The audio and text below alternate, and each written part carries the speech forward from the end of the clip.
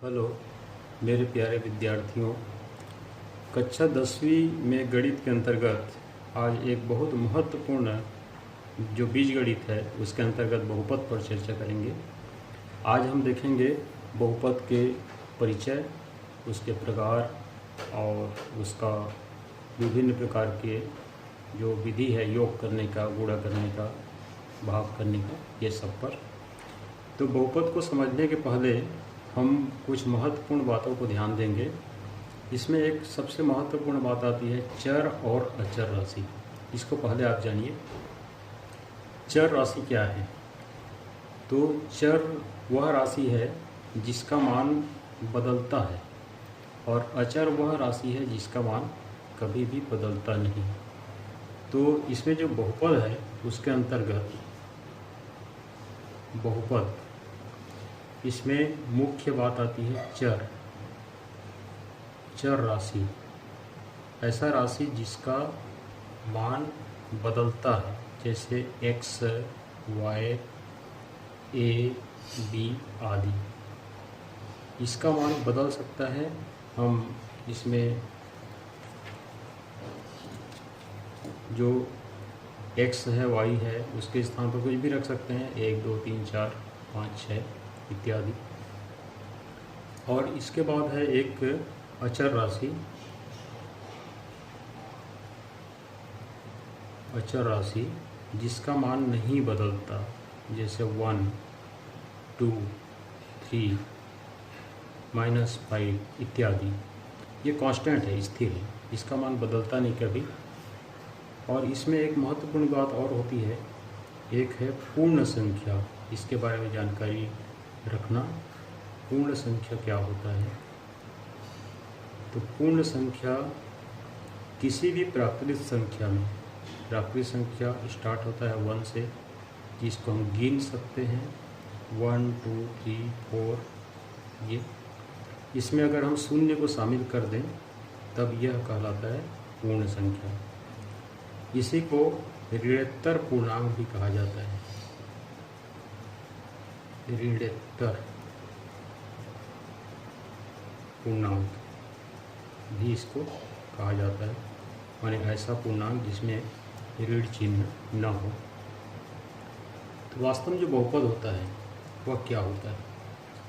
बहुपद एक ऐसा व्यंजक है जिसमें चर का घात पूर्ण संख्या होता है।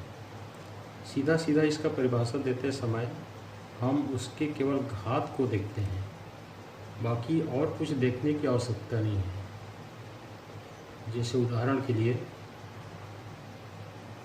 मान लीजिए हम लेते हैं 4x⁻³ -2x² + 5x + 8। ये एक व्यंजक है जिसमें यहाँ चर राशि x है। यहाँ x का घात 3 है, यहाँ x का घात 2 है, यहाँ x का घात 1 है। यहाँ x आपको नहीं दिख रहा है, मतलब यहाँ x पावर 0 है। कुल मिलाकर यहाँ पर 4 पद है। चारों पद में जो x का घात है वह पूर्ण संख्या है। यहाँ x का पावर 3 एक पूर्ण संख्या है, यहाँ x पावर 2 ये पूर्ण संख्या है, यहाँ x पावर 1 ये पूर्ण संख्या है, और यहाँ x का पावर 0 ये भी एक पूर्ण संख्या है। तो प्रत्येक पद में अगर घात x का, मतलब चर राशि का घात पूर्ण संख्या रहेगा, तब हम उसको कहेंगे बहुपद है।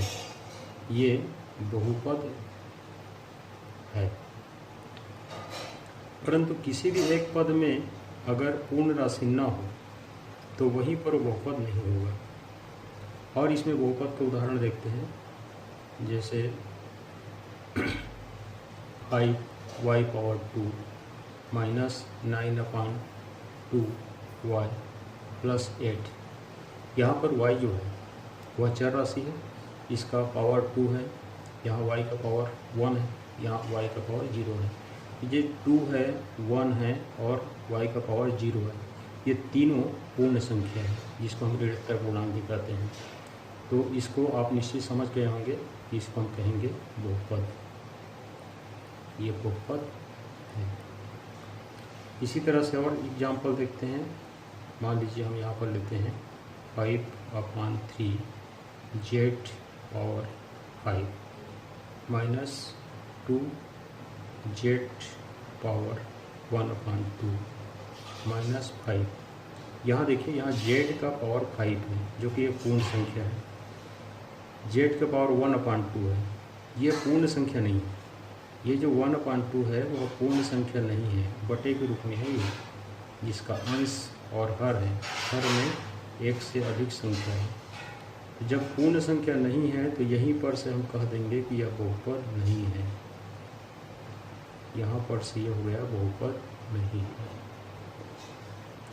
इसी तरह से और हम देख सकते हैं यहाँ पर, जैसे 3/x² माइनस 5x प्लस 9। अब यहाँ देखिए, इनसे एक भिन्नता है इसमें। यहाँ x² हर में है, अंश में 3 है। तो ये बहुपद है कि नहीं, उसकी पहचान करने के लिए सबसे पहले ये जो हर में x² है उसको अंश में ले जाते हैं और इसको लिखते हैं 3x⁻²। हर से अंश में जब ले जाते हैं तो ये घात का जो चिन्ह है वो बदल जाता है। +2 था वो क्या हो गया, -2 हो गया, और ये 5x और ये हो गया +9। यहाँ देखिए x का पावर -2 आ गया, ऋण में आ गया, जो कि पूर्ण संख्या नहीं है। इसलिए आप समझ गए होंगे कि यह बहुपद नहीं है। इसी तरह से और मान लीजिए हम लेते हैं यहाँ पर √5x माइनस 3/5x⁻3 + 5। अब इसमें ये बहुपद है कि नहीं उसकी पहचान करनी है। यहाँ देखो, ये जो 5x है वह रूट के अंदर है, कर्णिगत है ये। तो सबसे पहले इसको घातांकी रूप में लिखते हैं हम।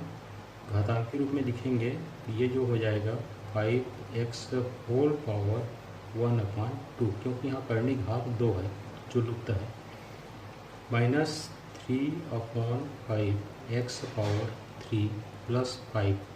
अब यहाँ जो 3 पद है उसमें ये पद ऐसा है जिसमें x घात 1/2 है, जो पूर्ण संख्या नहीं है। तो पूर्ण संख्या नहीं है मतलब ये बहुपद नहीं। इस तरह से हम बहुपद की पहचान करते हैं, कौन बहुपद है कौन बहुपद नहीं है। अब इसके बाद इसका अगला स्टेप है बहुपद को मानक रूप में लिखना। बहुपद का मानक रूप,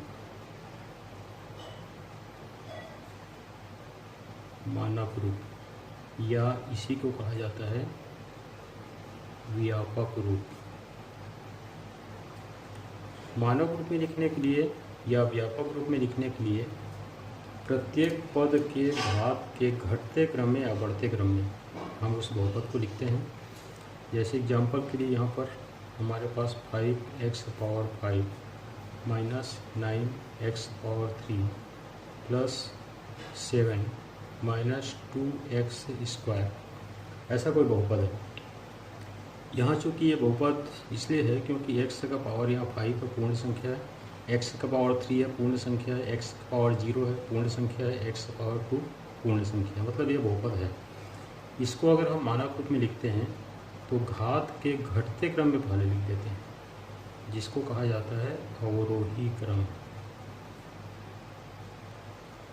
तो अवरोही क्रम में जब लिखेंगे घात के, तो यहाँ सबसे बड़ा घात ये 5 है, तो 5x⁻5, उसके बाद 3 है, ये हो गया -9x⁻3, इसके बाद पावर 2 है तो ये हो गया -2x² और प्लस हो गया 7।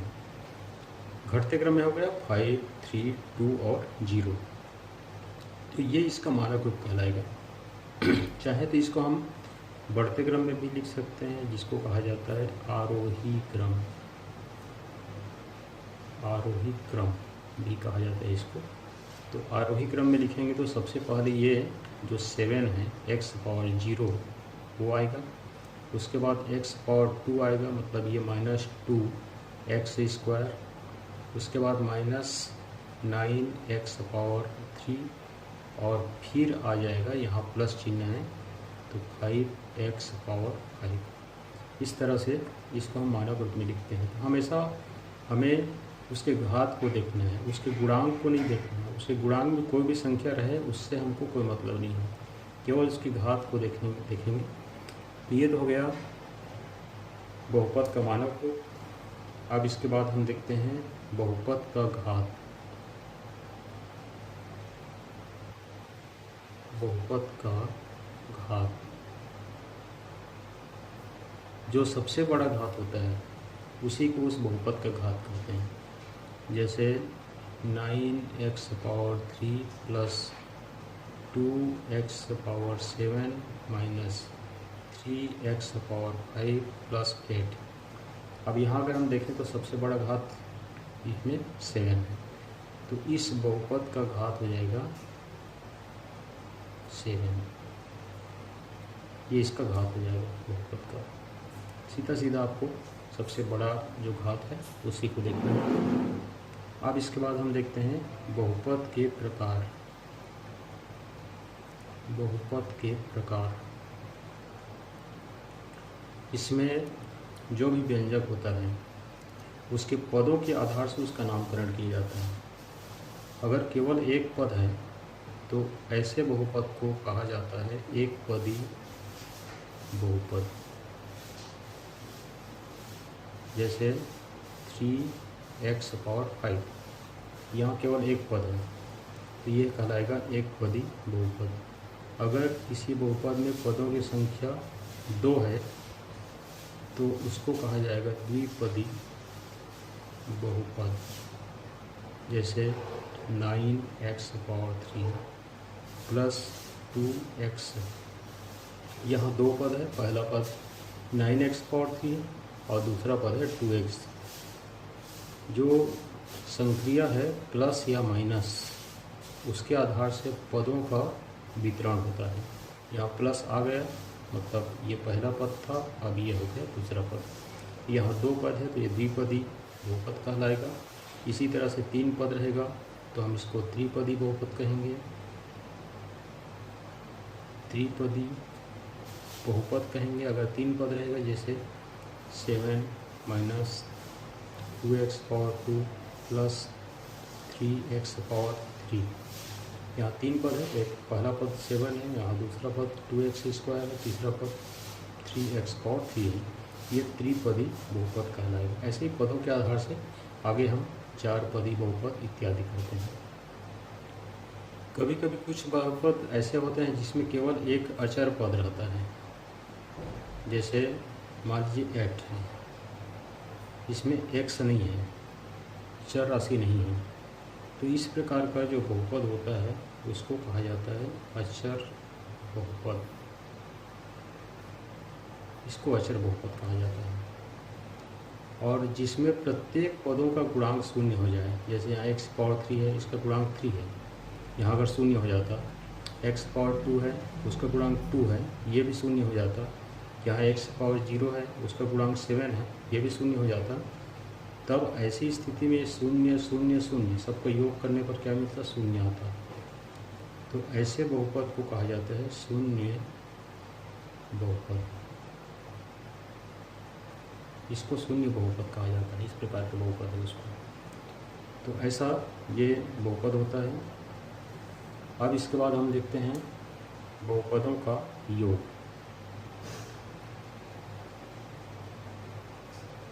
बहुपदों का योग, बहुपद को सामान्यतः px, qx इत्यादि से हम व्यक्त करते हैं। तो मान लीजिए हमारे पास एक बहुपद है px और वह बहुपद है 4x + 5, ये पहला बहुपद है।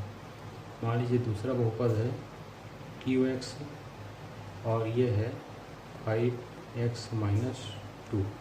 ये 2 बहुपद हैं। ये दोनों बहुपद का हमको योग करना है। तो इसमें योग करने का 2 विधि है, एक तो क्षैतिज विधि होता है और एक ऊर्ध्वाधर विधि होता है। तो सबसे पहले आप देखिए क्षैतिज विधि। क्षैतिज विधि में बहुपद का योग करने के लिए हम यहाँ पर ये px और qx दोनों को प्लस करेंगे। P x plus Q x, और उसके बाद पी एक्स का जो मान है 4x प्लस 5 उसे लिखेंगे, और प्लस करके ये जो क्यू एक्स का मान है 5x माइनस 2 उसको लिखेंगे। अब इसके बाद ब्रैकेट जब इसका हटाएंगे तब यहाँ तो सेम आएगा, क्योंकि ब्रैकेट के बाहर प्लस है, मतलब ये हो जाएगा 4x प्लस 5, और इसके भी बाहर में प्लस है तो ये डी हो जाएगा, कोई परिवर्तन कहीं पर नहीं, 5x माइनस 2। इसके बाद इसको मानक रूप में लिखते हैं, तो यहाँ मानक रूप में लिखने पर 4x और 5x एक साथ आ जाएगा, और उसके बाद घात 0 वाला जो पद है मतलब 5 और माइनस 2 ये एक साथ आ जाएगा। 4x और 5x दोनों में सेम घात है, x का पावर 1 है दोनों में, इसका मान हो जाएगा 9x, और ये 5 माइनस 2 इसका मान हो जाएगा 3। इस तरह से ये इसका योग हो जाएगा क्षैतिज विधि से, इस तरह से इसका योग करेंगे जिसका मान आएगा 9x प्लस 3। इसमें इस बहुपद का घात यहाँ पर 1 होगा। अब इस क्षैतिज विधि के बाद आगे हम देखेंगे ऊर्ध्वाधर विधि, तो इसके लिए तो ऊर्ध्वाधर विधि में इसका हो जाएगा, यहाँ पर हम लिखते हैं ऊर्ध्वाधर विधि। ये पी एक्स जो हमारा बहुपद था वो था 4x प्लस 5, और ये जो क्यू एक्स था वह था 5x माइनस 2। यहाँ पर ऊर्ध्वाधर विधि में इसको जोड़ने के लिए ये दोनों को चूँकि जोड़ना है तो P x plus Q x हो गया, यहाँ 5x और 4x दोनों मिलकर 9x हो गया। समान घात को जोड़ेंगे, दोनों का घात 1 है तो यहाँ पर 5 और 4 दोनों को जोड़ देंगे, 9 हो जाएगा, और ये 5 माइनस 2 का मान आ जाएगा प्लस 3। बड़ा संख्या प्लस है, छोटा संख्या माइनस है तो प्लस 3 हो जाएगा। इस तरह से हम बहुपद का योग करते हैं दोनों विधि से। अब हम इसके बाद देखते हैं बहुपद का अंतर।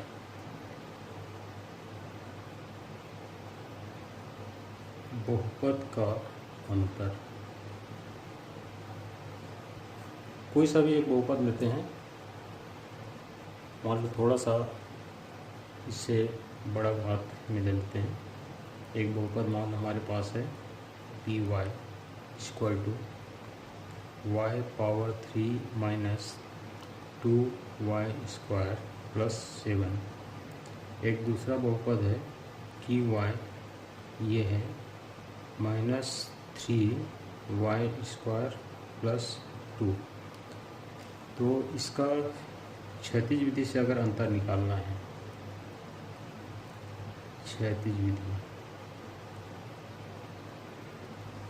तो सबसे पहले यहाँ लिखते हैं P Y minus Q Y, अंतर निकाल रहे हैं तो यहाँ पर माइनस लिखना होगा, और एक ब्रैकेट में ये पी वाई के मान को लिख देते हैं Y power 3 minus 2y square plus 7, एक ब्रैकेट हो गया, और माइनस करके ये दूसरा ब्रैकेट में हम लिखते हैं माइनस 3y स्क्वायर प्लस 2 को।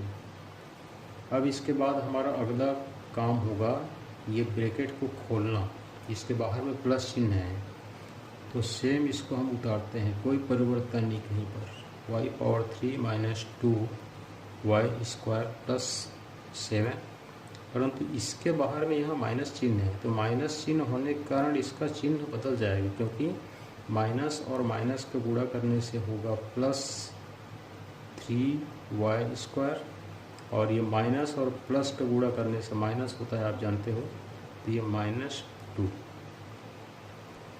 अब इसके बाद हमको यहाँ जो पावर 3 है उसको पहले लिखना पड़ेगा, सबसे बड़ा घात है, उसके बाद इसका पावर 2 आएगा तो 2y power 2 plus 3y square, y का घात 2 हो गया। अब y का घात 1 तो कहीं है नहीं, तो ये 7 और 2 को लिखना होगा, +7 और -2। यहाँ पर हो गया आपका y⁻3, और यहाँ चूँकि -2 है और यहाँ +3 है, दोनों घटेगा, घटने से आएगा +1, तो +1 × y², चाहे तो खाली इसको y² लिख सकते हैं, और प्लस ये हो गया 5, केवल y² भी इसको लिखा जा सकता है, y⁻3 + y² + 5। इस तरह से हम क्षैतिज विधि से किसी भी बहुपद का अंतर निकालते हैं। अब देखते हैं ऊर्ध्वाधर विधि। इसके बाद में ऊर्ध्वाधर विधि। ऊर्ध्वाधर विधि में पी वाई का मान को लिखिए, पी वाई = y⁻3 - 2y² और +7। यहाँ पर क्यू वाई = ये बराबर के नीचे बराबर, आप थोड़ा व्यवस्थित करके लिखें इसको, और पावर 2 के नीचे पावर 2 लिखिए, तो यहाँ पर -3y², और ये है +2। इस तरह से इसको तो हमने लिखा। अब यहाँ अंतर निकालना है, तो अंतर निकालने के लिए फिर यहाँ पर P Y - Q Y, P Y - Q Y. यहाँ नीचे का चिन्ह बदलता है जब अंतर निकालते हैं, तो ये माइनस अगर है तो ये इसका प्लस हो जाएगा, प्लस है तो इसका माइनस हो जाएगा, और यहाँ इसका माइनस हो गया। इन चिन्हों को हमको भूल जाना है। यहाँ इसके साथ ये प्लस है हमारा, माइनस नहीं है। y⁻3 के नीचे कुछ नहीं है, मतलब ये y⁻3 उतार दिए। यहाँ -2 और +3, y⁻2 का गुणांक है, -2 और +3। आप ध्यान देंगे यहाँ पर -3 नहीं, +3, तो -2 और +3 का मान 1 आएगा, +1 आएगा, तो इसलिए इसका हो गया +1 × y², और यहाँ +7 और -2 घट जाएगा और +5 मिलेगा। या इसी को हम यहाँ लिख सकते हैं, P Y - Q Y = y⁻3 + y² + 5। तो इस तरह से ये इसका अंतर हुआ जो हमने ऊर्ध्वाधर विधि से हल किया। दोनों विधि में सेम आएगा, y⁻3 + y² + 5, y⁻3 + y² + 5, चाहे क्षैतिज विधि हो चाहे ऊर्ध्वाधर विधि हो। कभी कभी प्रश्न में हमें घात पूछता है कि अंतर का घात निकालिए या योग का घात निकालिए, तो हम अंतर कोई भी एक विधि से इस तरह से हल करने के बाद इसका घात को लिखते हैं। तो यहाँ देखो, सबसे बड़ा घात यहाँ पर 3 है इस बहुपद का, तो यहाँ आपको लिखना पड़ेगा कि अंतर का घात